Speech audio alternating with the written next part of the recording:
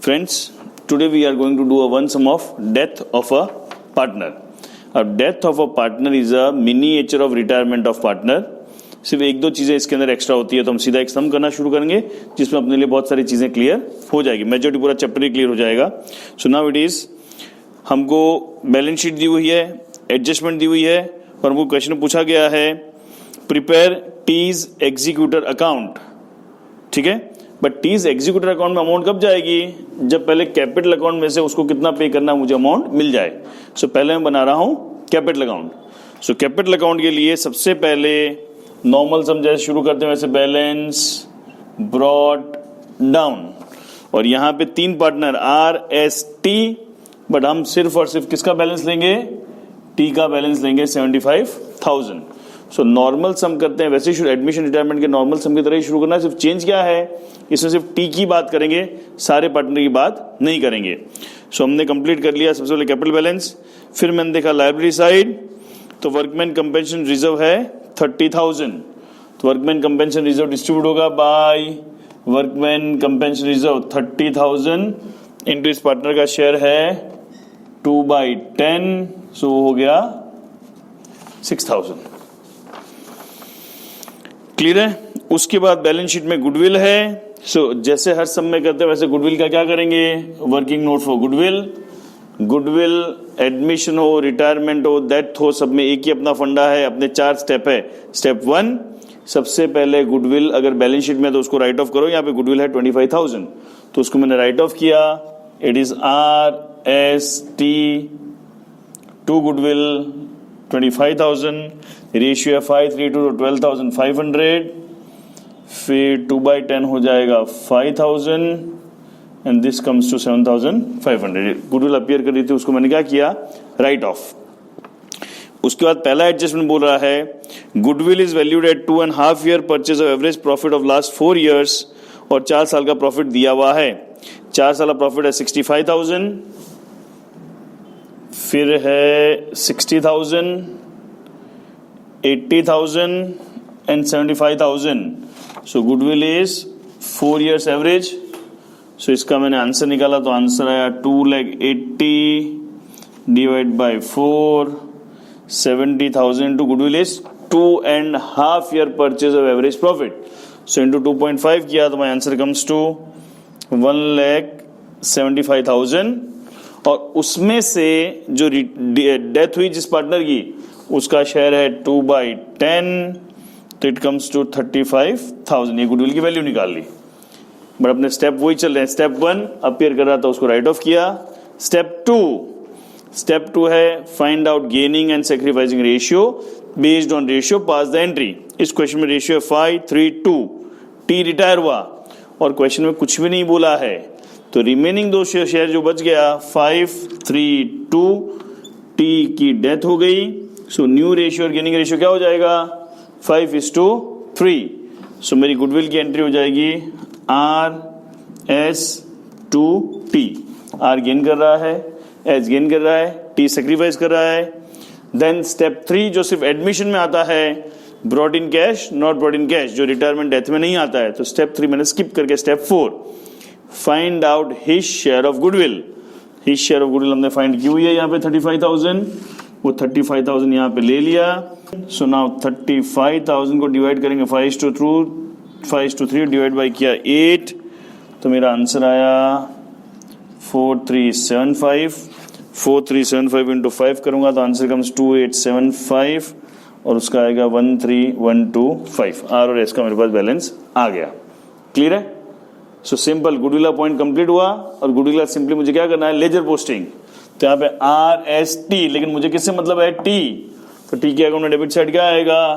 2 goodwill 5,000. Same retirement की तरह कर रहे हैं, सिर्फ टी पे हम फोकस कर रहे हैं. Next entry RS2T. टी का अकाउंट क्रेडिट हुआ तो by R capital by S capital कितना है? 21875 13125. क्लियर है. This has been done. So हमने एडजस्टमेंट 1 कंप्लीट कर लिया गुडविल, देन एडजस्टमेंट बी, इसे मशीनरी रीवैल्यूएशन और की बात बोली है तो हमको क्या बनाना पड़ेगा, रीवैल्यूएशन अकाउंट। सो ये अपने लिए क्लियर है, तो मुझे वर्किंग नोट के लिए जगह चाहिए, तो ये पूरा पार्ट हटा देता हूं and then I do the working note number 2। So working note number 2 आएगा, एक मैं बनाऊंगा रीवैल्यूएशन। अब रीवैल्यूएशन क्वेश्चन में नहीं पूछा है, वर्किंग नोट है, तो सिंगल इफेक्ट सिर्फ रीवैल्यूएशन अकाउंट दूंगा, बैलेंस शीट में इसकी इफेक्ट नहीं दूंगा। So machinery to be valued at 1,40,000, machine की वैल्यू है 150, हो गई 140, तो लॉस, मशीनरी में लॉस कितना हो गया 10,000। पेटेंट भी वैल्यूड एट 40, पेटेंट की वैल्यू है 30, वैल्यू हो गई 40, तो पेटेंट में हो गया 10,000 प्रॉफिट। लीज होल्ड भी वैल्यूड एट 1,25,000, तो लीज होल्ड बिल्डिंग है 1 लाख, उसकी वैल्यू हो गई 125, तो लीज में प्रॉफिट हो गया 25,000। दैट्स इट, और कुछ भी रिवैल्यूएशन में नहीं है। सो ये मैंने निकाला रिवैल्यूएशन का answer, it comes to 35, balance आ गया 25, डिवाइड करूंगा RST। बट बेसिकली जैसे मैंने बोला मुझे किस में इंटरेस्ट है, सिर्फ टी के बैलेंस में इंटरेस्ट है, तो मैंने सीधा यहाँ पे अलग से 25,000 इंटू 2/10, सिर्फ टी का शेयर निकाला, कितना 5,000। ठीक है, सो रीवैल्यूएशन आ जाएगा यहाँ पे, बाय रीवैल्यूएशन कितना है 5,000। क्लियर है। नेक्स्ट एडजस्टमेंट है, now this is unique for, ये वर्किंग नोट नंबर अपनी 2 थी, working note number 3, share of profit. अब शेयर ऑफ प्रॉफिट थोड़ा सा इसमें यूनिक पॉइंट आता है डेथ के अंदर। So for the purpose of calculating T share in the profit for 18-19, the profit for 18-19 should be taken as accrued as same in the scale of 17-18। Now this is important, जिस साल में partner की death हुई है उस साल का उसके घर वाले प्रॉफिट का शेयर मांग रहे हैं, तो प्रॉफिट का शेयर मांगने के लिए इस साल का तो प्रॉफिट अभी तक है नहीं, तो कोई ना कोई बेस होगा जो क्वेश्चन में बोला हुआ रहेगा। अपने क्वेश्चन में बोला है 17-18 का जो प्रॉफिट है उसको 18-19 का प्रॉफिट लेना है, तो मैंने सबसे पहले 17-18 का प्रॉफिट लिया। 17-18 का प्रॉफिट है मेरे पास 75,000। सो ये मेरे पास आ गया, क्या आ गया, profit, which will be instruction will be given in the question. Last year का प्रॉफिट लेना है, लास्ट 2 साल का एवरेज लेना है, लास्ट 3 साल का एवरेज लेना है, जो भी बोला है वो मुझे लेना है। आ गया प्रॉफिट, इसको मल्टीप्लाई करूंगा टाइम से, क्यों, ये पूरे साल भर का प्रॉफिट है, उसमें से वो जितने टाइम तक जिंदा था उतना ही प्रॉफिट देना है। ही डाइड ऑन 1 अगस्त, तो मेरे पास है 4 महीने, कैसे 4 महीने, अप्रैल, मई, जून, जुलाई, 4 महीना प्रॉफिट आएगा। सो साल भर के प्रॉफिट में से 4 महीने का प्रॉफिट आ गया, बट ये तो पूरी कंपनी का प्रॉफिट है, उसमें से उसको देना क्या है, उसका सिर्फ share, that is 2/10। So formula comes up is average profit into time into share, जिससे हम डिजीज पार्टनर का शेयर निकाल सकते हैं। सो ये मल्टीप्लाई करूंगा तो मेरा आंसर आएगा 5,000। क्लियर है, जिसको हम 2 तरह से लिख सकते हैं, या तो गुडविल की तरह डिस्ट्रीब्यूट करें RS to T, या फिर डायरेक्टली हम क्या कर सकते हैं, RS to T करने की जगह सीधा साधा हम डायरेक्टली यहां पे लिख सकते हैं by P&L suspense account how much 5,000, पर हम यही मेथड यूज करेंगे, हम इसे P&L सस्पेंस सीधा लिख देंगे। क्लियर है।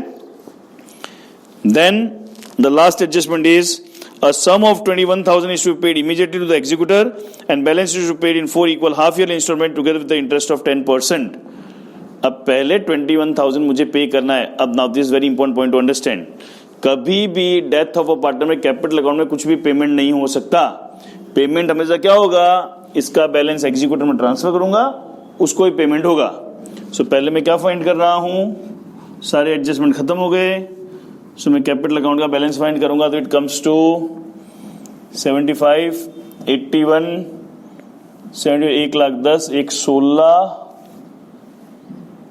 16 और 10,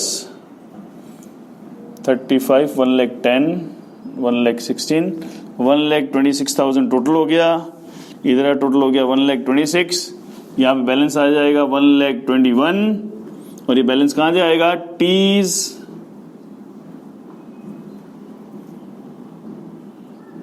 executor account, and then we'll open a new account. T is executor account. उसके क्रेडिट साइड पे लिखूंगा by T is capital account, और ये 121 कहाँ पे आ जाएगा? टी इज एग्जीक्यूटर में 1,21,000। फिर अगर कुछ क्वेश्चन में बोला है कुछ पेमेंट करना है तो उसको हम क्या करेंगे? पेमेंट। तो पेमेंट करने को बोला है 21,000, सो यहाँ पे लिखूंगा टू कैश और बैंक 21,000, और एक बार के लिए यहाँ पे सम खत्म कर दूंगा, बैलेंस कैरिड डाउन कितना आया? 1 लाख रुपीस। अब अगर क्वेश्चन में कुछ नहीं बोला है तो सम एंड्स हियर, लेकिन इस क्वेश्चन में बोला it is to paid in 4 equal half yearly instalment. So loan account के लिए मैं पूरा अलग ही एक वीडियो बना रहा हूं जिसमें half yearly, full yearly, different date, अलग अलग तरह के हर तरह के लोन अकाउंट में डील कर लूंगा। तो उसका बेस क्या लेके चलूंगा? ये 1 लाख रुपीस का बेस लेके चलूंगा। सो लोन अकाउंट के लिए इसके नेक्स्ट वाला video death of partner loan account 100% देखें।